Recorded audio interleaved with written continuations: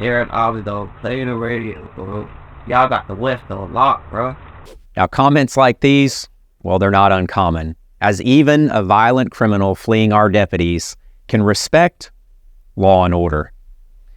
Hello again. I'm Chris Sims, Public Information Officer with the Alachua County Sheriff's Office, and this is your week in review.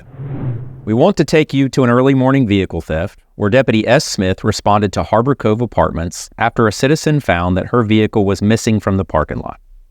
During the investigation, it was learned that the victim had accidentally left her keys inside of the front door deadbolt, which led to a subject removing those keys and stealing her 2018 Jeep Wrangler.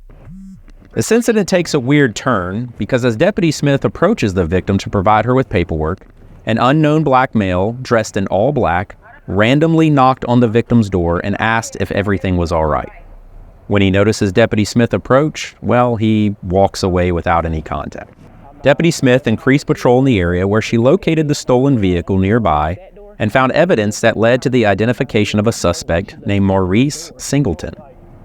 As luck would have it, MAURICE happened to be the same subject who approached the victim's home during the initial report, and Deputy Smith took special note as to the apartment that MAURICE entered. In the early morning hours of Saturday, August 19th, Deputy Smith and Deputy Valdez contacted MAURICE, where he was arrested and charged with grand theft of a motor vehicle. Now, since we're on the topic of suspects who, well, don't appear to be the brightest bulb in the socket, we should probably tell you about a fella who decided recently to run from our deputies, as he forgot that when you run, well, you only go to jail tired. In the very late hours of Friday, August 25th, the Alachua County Sheriff's Office was notified by the Columbia County Sheriff's Office that they were in pursuit of a white Dodge Durango that was traveling at a high rate of speed and entering Alachua County on Interstate 75. It was learned that the charges at the time were related to a retail theft, so deputies from the Alachua County Sheriff's Office did not engage in the pursuit, and Columbia County deputies eventually terminated their portion of the pursuit. As luck, and yes, we mean bad luck, would have it, the suspect, DAVONTE SUTTON, just happened to find himself pulling into a mobile home complex where several deputies were working an unrelated incident.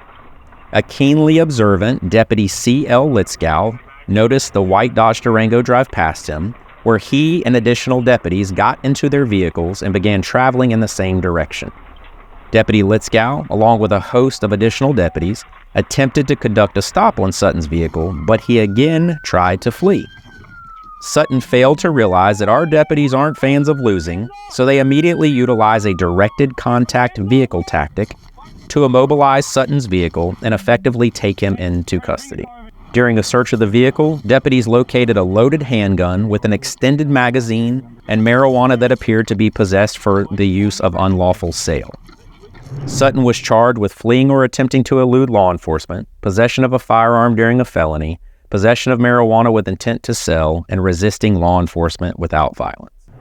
Now, these next two incidents involve criminals who believe that they could victimize our citizens and then flee from law enforcement. If you happen to be a criminal who's watching this episode, I want you to repeat after me. If I run from ASO, I will only go to jail tired. On the evening of Sunday, August 27th, deputies responded to the report of a hit-and-run crash where the vehicle that fled struck a man in his wheelchair. Deputies responded to the 7500 block of Southwest Archer Road, where they began looking for the white Dodge Charger that was believed to be the suspect in the crash. Deputy Trainee Lieber and his FTD, Deputy Litzkow, located the possible vehicle traveling east on Southwest Archer Road and attempted to conduct a traffic stop on the vehicle. I'm sure you can see where this is going, but if not, we will inform you that the driver, Demetrius Jones Ross, decided that he didn't wish to stop his vehicle. Deputy Lieber gave chase, assisted by Deputy Miller, where Ross was stopped after he wrecked into the side of Deputy Lieber's patrol vehicle.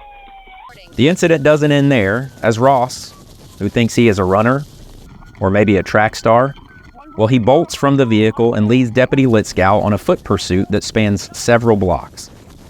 Deputy Litzkow's a pretty athletic fella and catches Ross, where he is subdued by a taser and taken into custody. Now, a search of Ross's vehicle found that he had a loaded firearm and trafficking amounts of narcotics.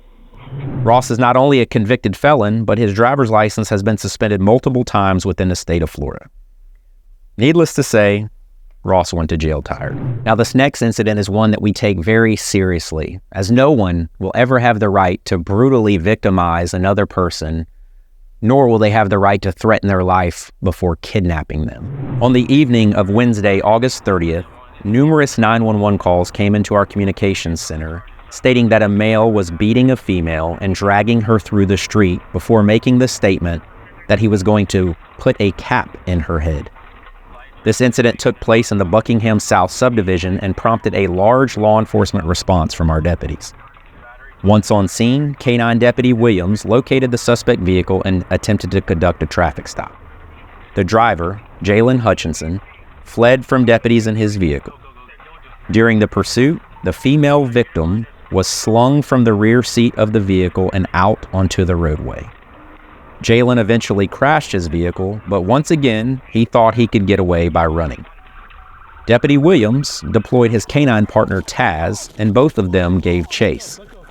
K-9 Taz successfully apprehended Hutchinson, allowing deputies to place him in handcuffs, and you guessed it, send him to jail tired.